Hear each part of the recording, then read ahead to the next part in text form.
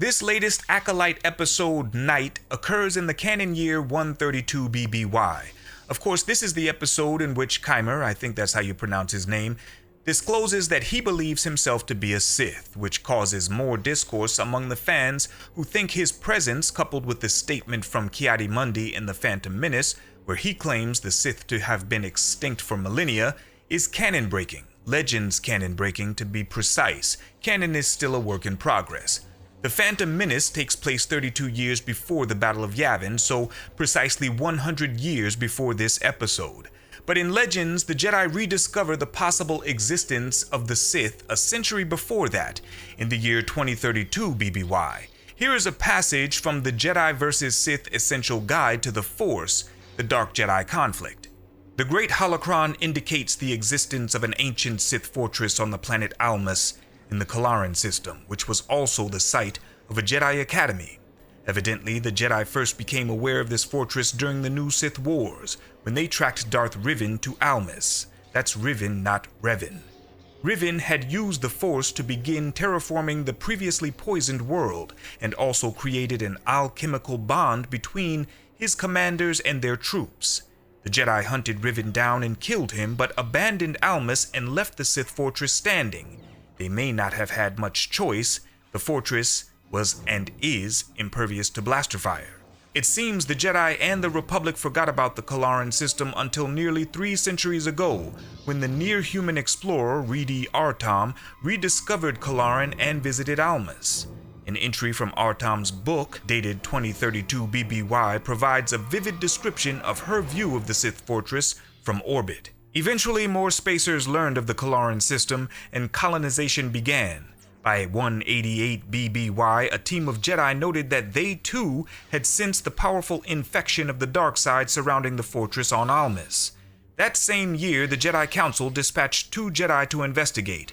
What happened next became a tale told to each new generation of Jedi at the Almas Academy, which was founded 11 years after the arrival of the Jedi investigators. Here is further proof that the Jedi were aware of the Sith before the events of the Phantom Menace, but chose not to acknowledge it. This information comes from the Book of Sith, a Legends book. Jedi Master Quinlan Vos says, and I quote, "The Jedi learned about the Rule of Two more than a century ago from the cultist Kib Jeen.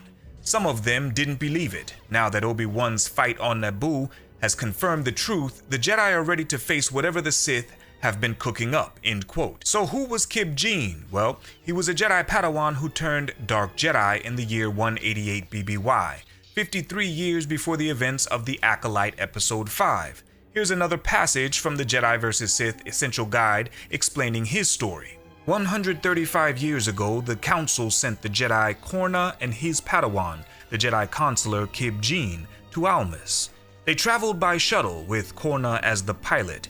Their mission was to examine and explore the Sith Temple, which, though long dormant, continued to radiate evil. There was some urgency to the mission because many colonists were arriving in the Callaran system at the same time. But the same day that Korna and Kib Jeen touched down on Almas, Korna died and Kib Jeen vanished. Months later, another Jedi team discovered Korna's remains. There was no sign of Kib Jeen or the shuttle. Because there were no known eyewitnesses to whatever had transpired on Almas, the Jedi Council sent the most powerful psychometrics to trace the paths and reconstruct the actions of both the dead and the missing Jedi. What these psychometrics learned was shocking. After Korna and Kib Jeen had landed their shuttle on Almas, they walked toward the half-buried fortress. As Korna probed the area with the Force, he did not hear the whispers that pressed against his apprentice's mind. Kib Jeen succumbed to these whispered temptations, cutting his master down from behind. Then, stepping over Korna's corpse, Kib Jeen approached the walls of the fortress and disappeared. Jeen reappeared shortly before the arrival of the Jedi team who found Korna's body.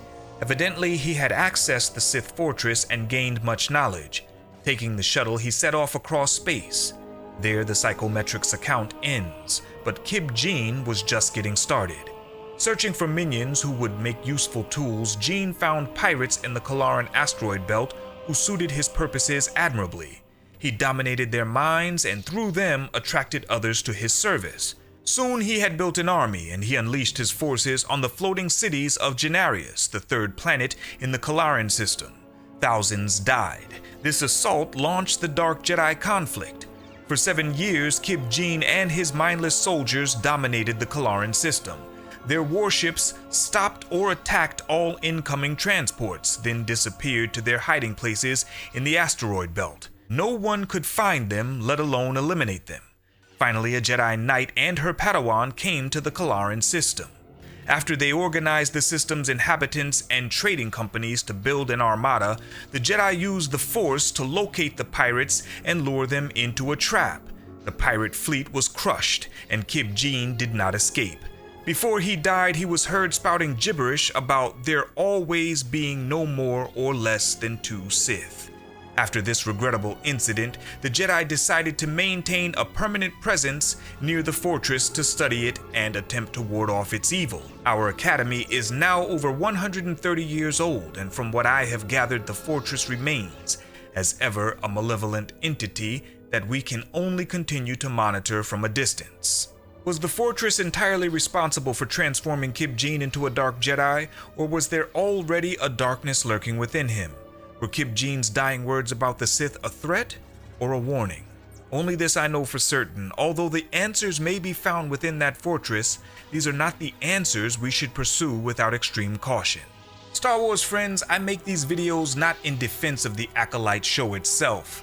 We can see objectively that it has quite a few flaws, but I watch these shows and read the new stories to see what they add to the lore. That's where I find enjoyment. If you don't like the shit Disney puts out, that is your God-given right. I'll never try to take that from you. But as reviewers, let's stick to the facts: direction, writing, cinematography, sound. As a community, if we want to critique the lore, know the lore. If something sounds lore-breaking, do some digging, do some research. You may learn that what you thought to be true may not in fact be so. Anyway, that's my TED Talk. Long live the Dark Council. You guys let me know your thoughts in the comments. Subscribe and follow for more Star Wars content.